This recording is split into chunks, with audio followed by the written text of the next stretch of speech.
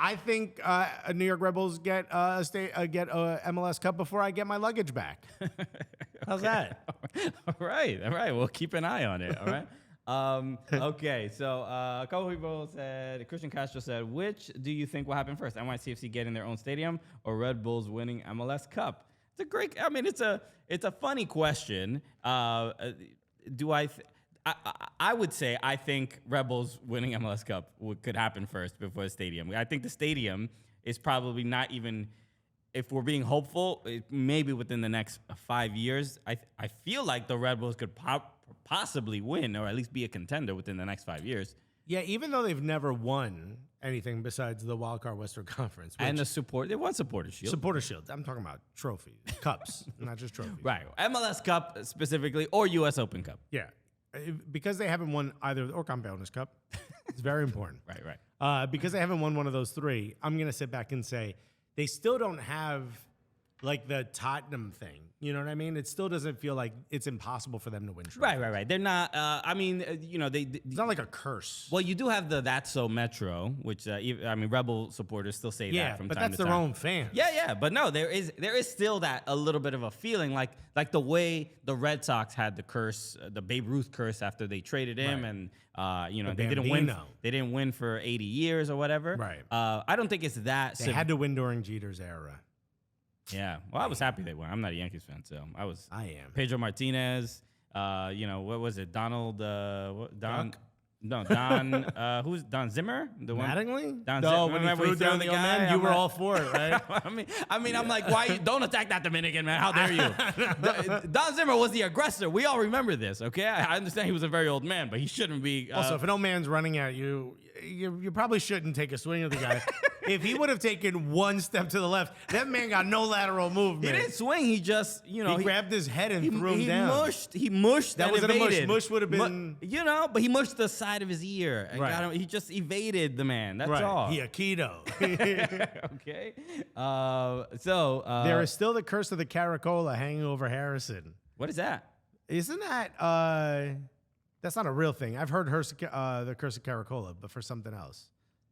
The curse of Caracola? I don't know what that is. I can't imagine that's actually. Mike Thomas said he guided him safely to the grass. Yeah. Everybody was saying that, including the hospital staff. Oh, no, it is. For nearly 2 decades, the curse of the Caracola hung over the New York Red Bulls. What is this? It was all in this day, that April 20th, that it all began. Whoa, what? Are we going to do a documentary right now? Who is Caracola? The revolution emerged with a 1-0 win, and the legend was born. Okay. Eventually, though, the curse of Caracola ran its course. The Red Bulls snapped it in 2013 with the first of the 3 supporter shields in 6 years. What is the purpose of the Caracola? Oh, here we go. The match before 46,826 fans seemed destined for a 0-0 draw, but then defender Nicola Caracola bundled home a cross into his own net. Okay. Okay, I see it now. Boom. Yeah. All right. Well, you had a curse, but you lifted it with the supporter shields. Yeah, you would hope it's. I don't know. Is it still? Do you still feel it and sense it in the air? I don't know. It's hard to explain because for the most part, Rebels have had such a storied history of just being so great in the regular season, even in recent history. Recent, I wouldn't say storied. I don't know. Even when Henri was there, they're just pretty consistent. Yeah, team. last 10 years. Last 10 years, yeah, they've been good. And it's hard to explain. I don't know what it is. I think we'll get a stadium before they win MLS Cup. Wow. Yeah. Bold statement. Okay, not surprising. Okay, I wanna. How about this? I think New York Rebels get a MLS Cup before I get my luggage back. How's that? All right. We'll keep an eye on it. All right. So somebody did ask about if we're going to talk about the Inter Miami and DC and the whole. But before we do that, let's talk about. We'll get to that. I just wanted to address that we are going to get to that. Let's talk about it because Gerhard Struber, coach for the New York Rebels, came out before the match and said, "This is what he must have seen when he was there for the Campeones Cup." He said, "It's crystal clear." And that's a quote. Yeah, I got it right here from Glenn Crooks. He tweeted out. He said, "It's crystal clear that we will win this match." Right, and then post match. he said it was a very cheap win. Okay, so I don't know what crystals you use. I think you're using the crystals that ended up in Alexis's foot, bro. Bruh. Because what exactly was you looking through? You know what I mean? When you said, I could understand why you would say that. The NYCFC had a bad run up until that point. Yeah. I think But yo, you can't be talking that kind of shh if you're about to play the team. Yeah, if you're talking that boldly, especially before a derby, it's That's a bad look. It's a big risk you take. You have to you got to know something. This is the Panenka, penalty, right? What 2-2 draw, Chicharito Panenka penalty. Yeah. Because if you get this right, you look like a god. Correct. If he says it's crystal clear, then you come out, even if you squeak a win. Yeah. But let's say you come back with the 3 points, they're like, oh, we told you, baby.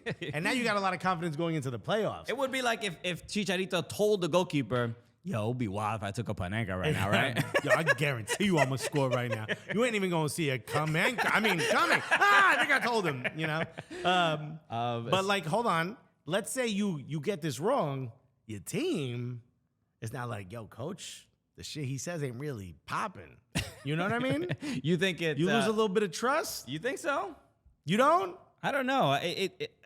I don't get the sense that If I said, yo, we need to do blank, and I guarantee you we'll have 3 million followers on Instagram, then you and I release a video of you and I shirtless dancing to some TikTok trend. It's like, and then we're getting the views, but the follower thing is not really. It seems to be going down.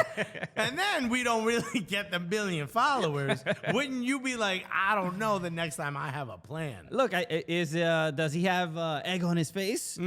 Sure, but for the most part, I think the Red Bulls play well under him as a coach. They do have. They play much better than they did previously. I mean, look, that's debatable, I guess, depending on who you ask. You don't think they're better under Gerhard Struber than they were under Chris Armas? They won a supporter shield under Chris Armas. Am I not? Is that not the season he took over in the middle of it? I don't Yeah. know. Nick Red will confirm for us because I do not remember exactly. But Mike Thomas says recreate Farley and Swayze Chippendales. Be more into like gout crystals. All right. Mike Thomas said Crystal Light lemonade powder. Some people may not remember. Yo, Alexis, my mother was crazy about Crystal Light, boy. And some people don't remember. It was like a year ago or 2 years ago. Alexis had a bad foot injury because he stepped on one of his wife's crystals. I stepped on a piece of crystal that broke off. Yeah. And it went right into my heel. And then I had to go basically get surgery to get it removed. Right. And with the amount of pressure that he put on that crystal, I don't know how it didn't turn into a diamond. Anyway. Wow. Okay. Wow. All right. I mean, do you need to Uber back from how far you went for that joke? Okay. Wow. We're having a good time here. Are we? Where's my luggage, Delta? So but no, the NYCFC wins this game, and it was the comment from Glenn Crooks, who is the radio announcer for NYCFC. He just put in his tweet, he said, disappointing from the Austrian who has done a fantastic job getting his team to the MLS Cup playoffs. Now we know him. He's a great guy, and he didn't mean it this way. But if you didn't know him, you would think he has something against Austrians. Don't you?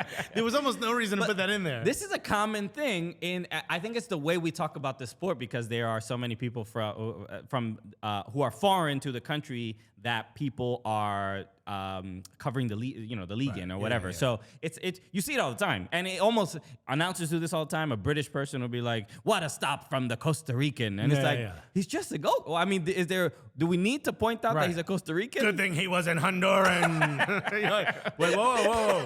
What was that last part? It's just there is there's something about your nationality that is part of. I mean, it's literally within the FIFA like guidelines and what country you're attached to, and so there's something like you come with that flag, like it's like the flag is on your face. Yeah, at but all I also times. don't hate that. But the way he said it, disappointing from the Austrian, it sounds like he got something against it.